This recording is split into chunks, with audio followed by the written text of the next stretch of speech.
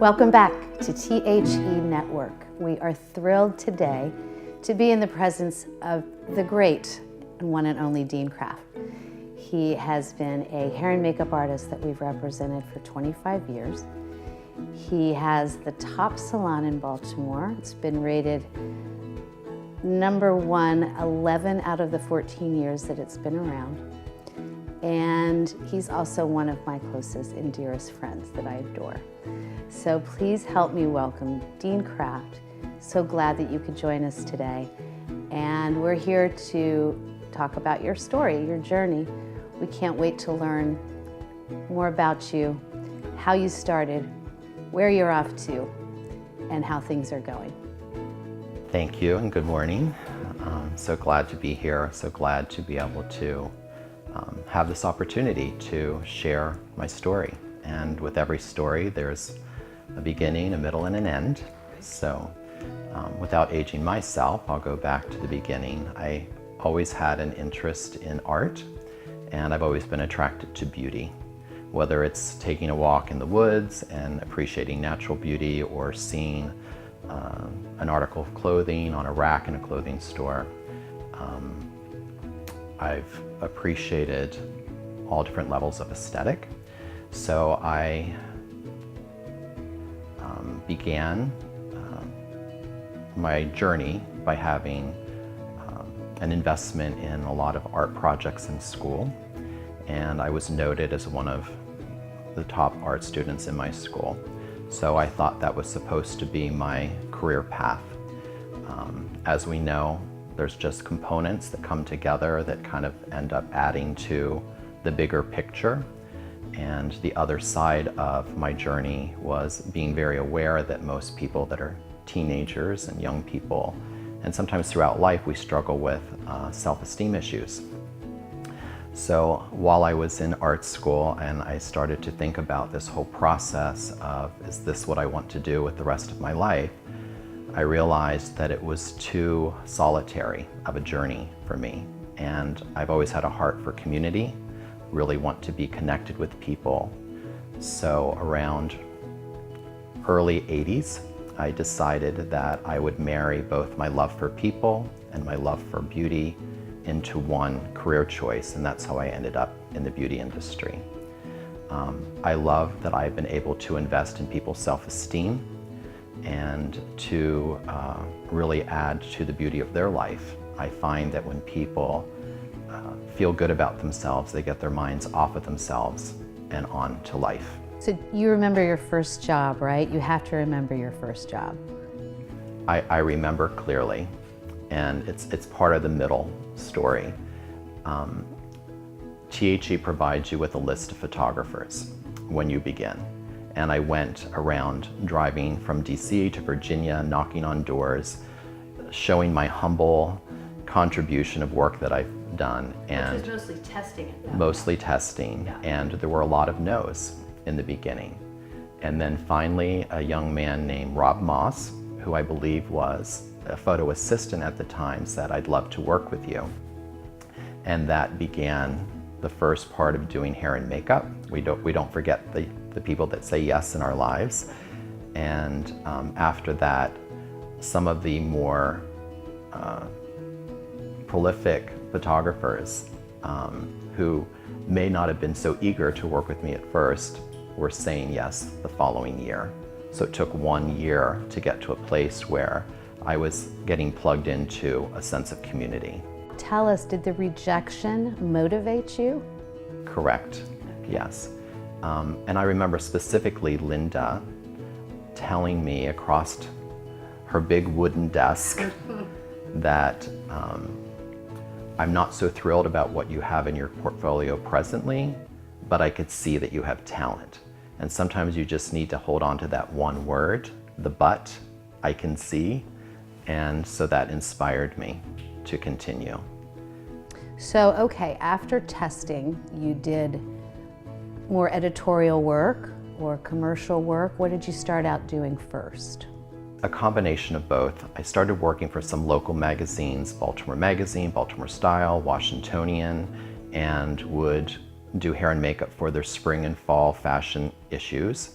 I was also able to invest time in Baltimore Bride and Washingtonian Bride and Groom, who are all still clients.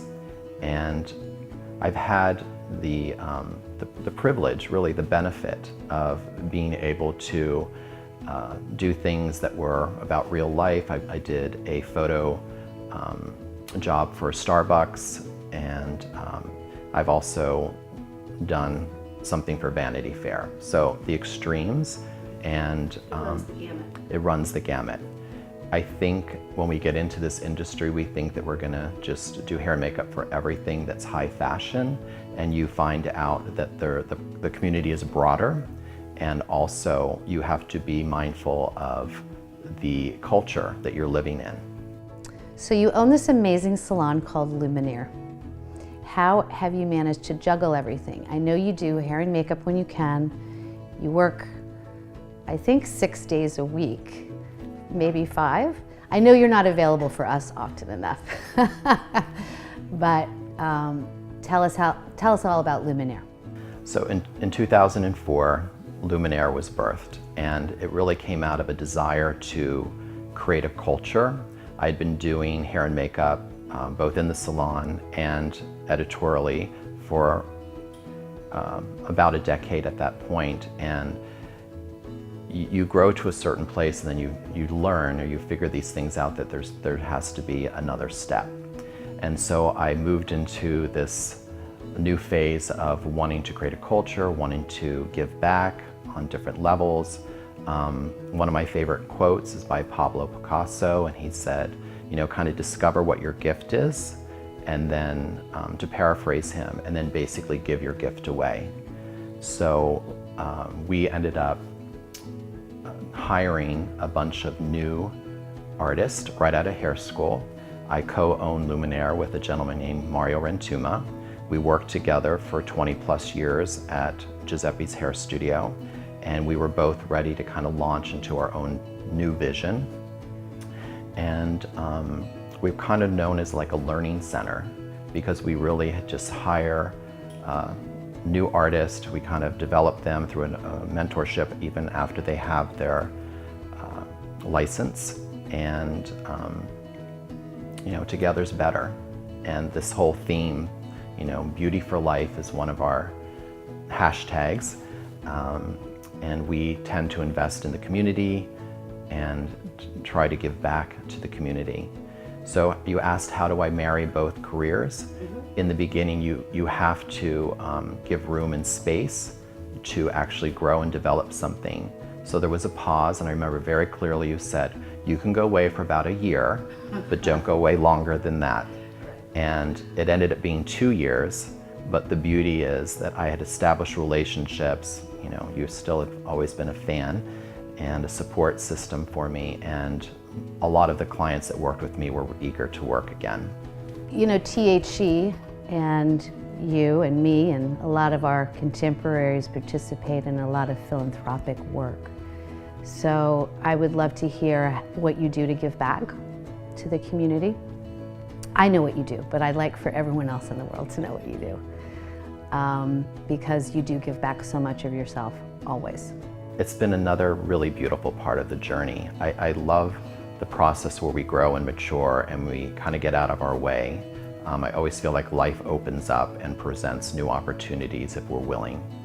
And so several years ago, the first part of the philanthropic journey came in partnering with a women's boutique locally named Ruth Shaw.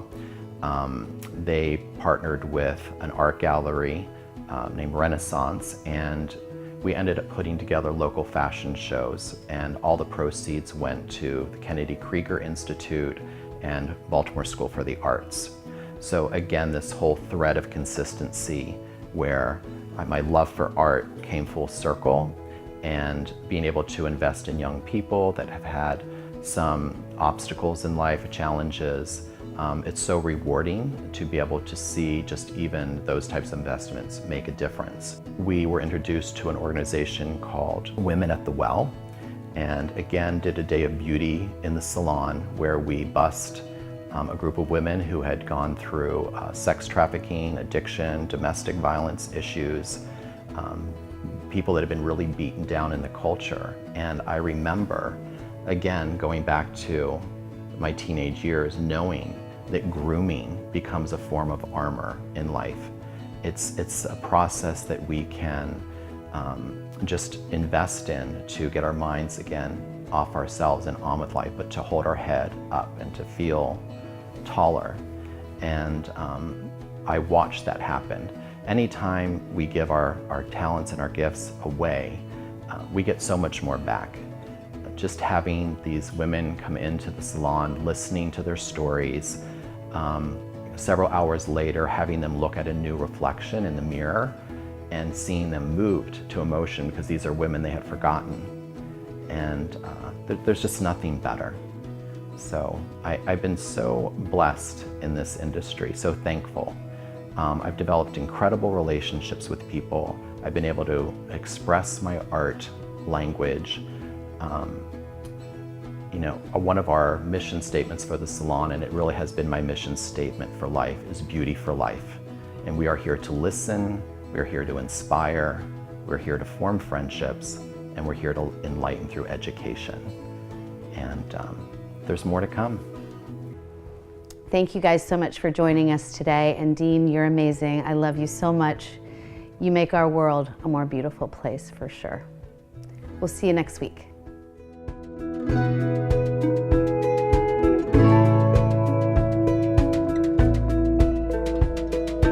Mm-hmm.